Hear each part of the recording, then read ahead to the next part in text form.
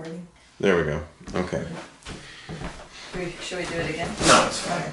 So what I want to do is I want to give you some simple things on how to manage your motions to your hands.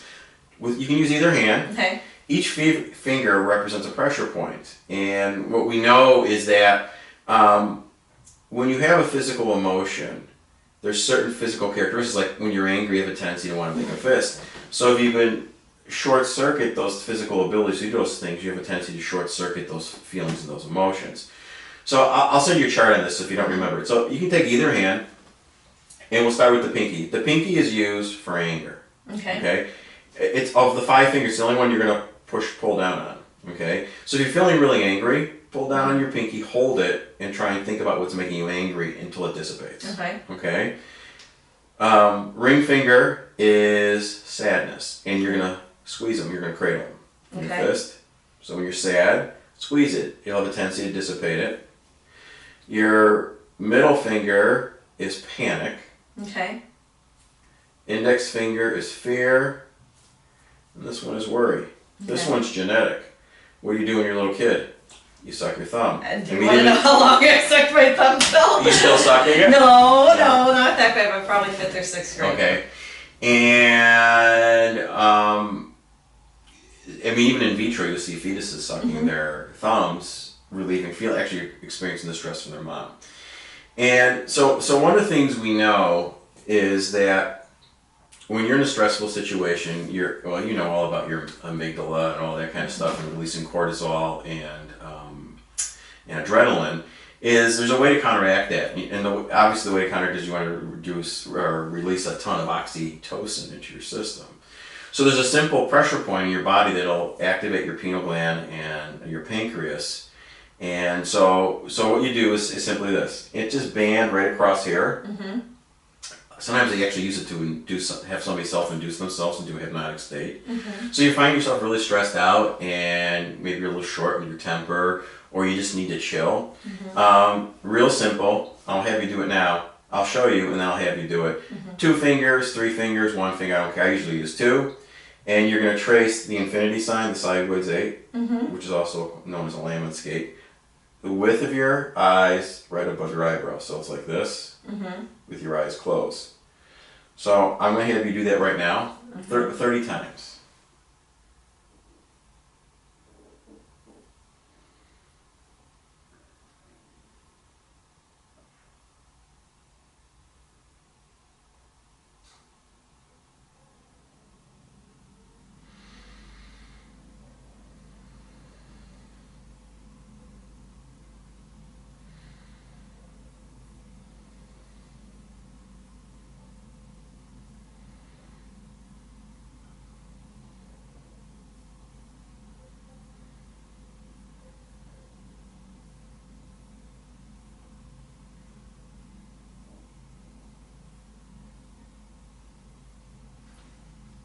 How do you feel?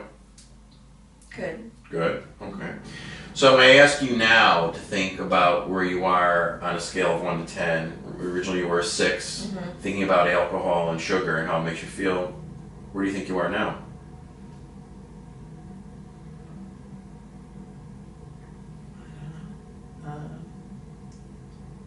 Like how much of a problem is it, or? I mean, you think about it, on the scale of 1 to 10, actually 10 being absolutely it's horrible, it's bothering me. I mean, you told me before it was a 6. What do you think it is now?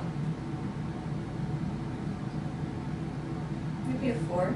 Okay, good. Okay, so I want to do something I think is really cool. And we're going to work on having you access that feeling differently so you have more control. So, you mentioned, wine, alcohol, sugar. What are other specific things when you're eating sugar as your go-to things you eat? For energy, for stress release, for just kind of craving sugar. Okay, are there certain foods you go to? I would say, like the whites, like the white bread, or chocolate, or so starchy, sugary. So it's really nothing specific. It's whatever you get your hands on. Yeah.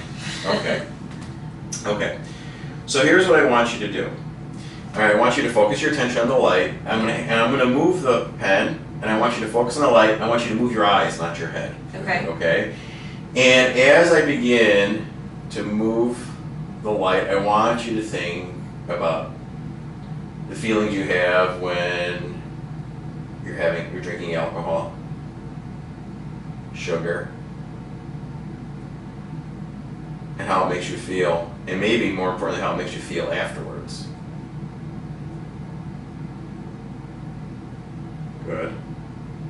And think about the feelings you have and what causes you to drink alcohol,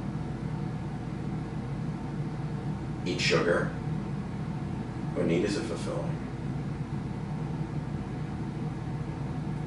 Good. Now I just want you to start blinking your eyes. Just keep blinking. Just keep blinking. Just keep blinking. Blink. Just keep blinking. You're following the light and blinking and blinking and blinking and blinking. Okay, good. Now follow the light again.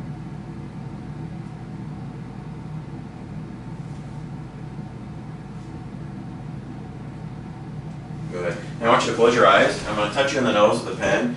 You're going to see the white out of the light. You see that? Okay. And as you begin to see the light fade away, all the associations and feelings and the desires to drink and eat sugary things just fade away. Take a deep breath. Open your eyes. Okay. Again, when you think about alcohol and sugar and putting it on the scale of 1 to 10 before those feelings and emotions, where do you feel you're at right now?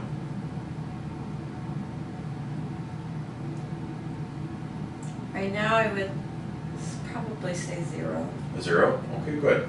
All right. I want to do something else with you too. Mm-hmm. And I'm going to have you close your eyes because it's kind of a bright strobe light and I don't want to burn her.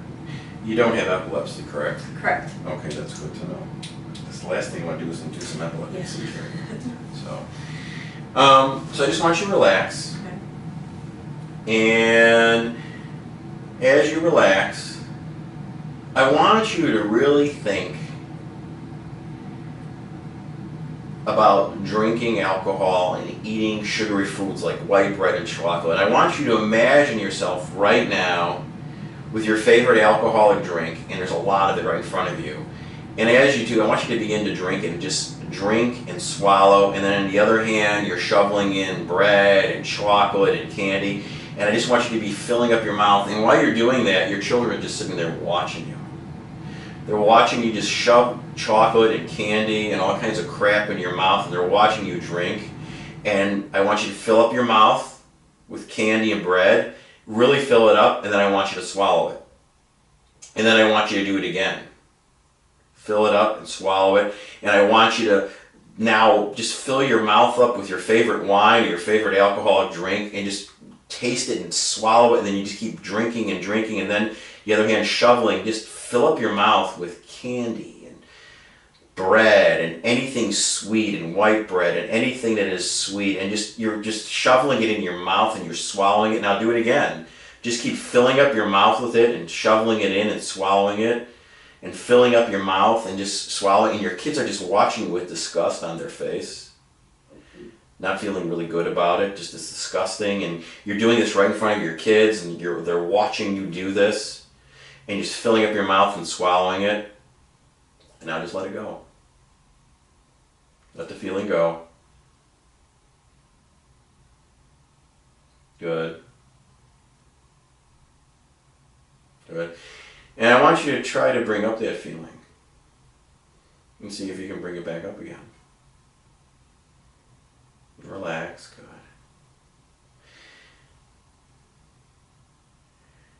And now, just imagine what it'd be like to be free of that. What your life would be like. How you feel.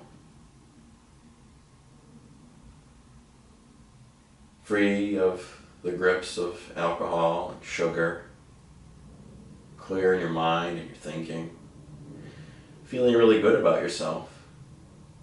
Feeling proud about yourself. Liking yourself.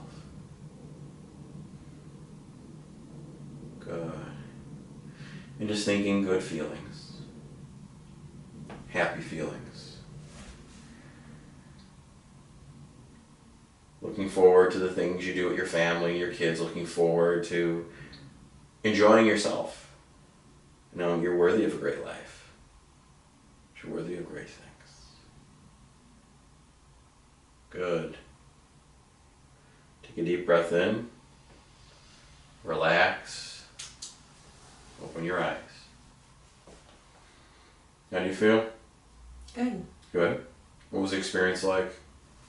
A little nauseating. Perfect. That's exactly what we were looking for. Okay. So now when you think about alcohol and sugary things, on a desire scale of 1 to 10, where are you? Probably a -1 right now. But Perfect. Okay. How would you want to be? If you weren't doing this, how would you be? I would say completely indifferent, like I could take it or leave it. Okay. So it has no control over you. Right. Okay.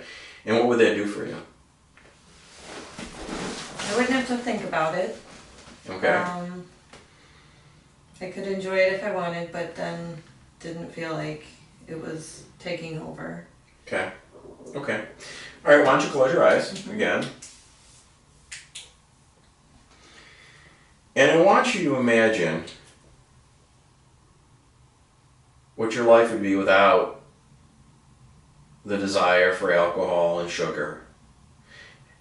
What it's like having a life that you're in control. It has no power over you. What it's like for you being in control of your emotions, your feelings, your desires, your habits. And as you think about that, really amplify it.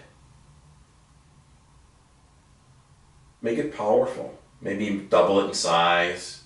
Make it brighter in color. Hear the words you would say. Feel the feelings you would feel. And then I want you just to move it. That's right. Just move it down into your body. As you move it down into your heart, to every cell, every fiber of your being, deeply, intently, powerfully. Good.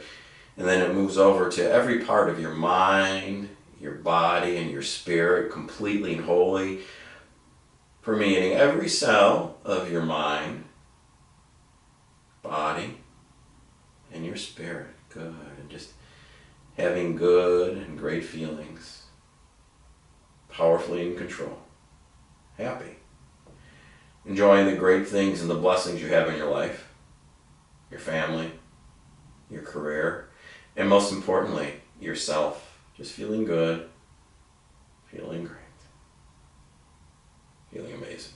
Good. Take a deep breath. Open your eyes. How do you feel?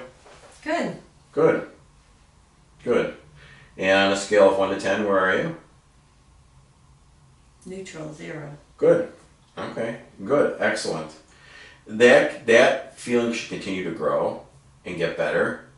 The purpose of the light going rapidly back and forth is you're replicating rapid eye movement. Okay. One of the things we find is when we're under stress and anxiety and we develop some of these bad habits, a lot of times there may be some minor traumatic things that happen in our life, maybe things that we're not even aware of, but most of the times we work things out in our sleep. And sometimes we don't.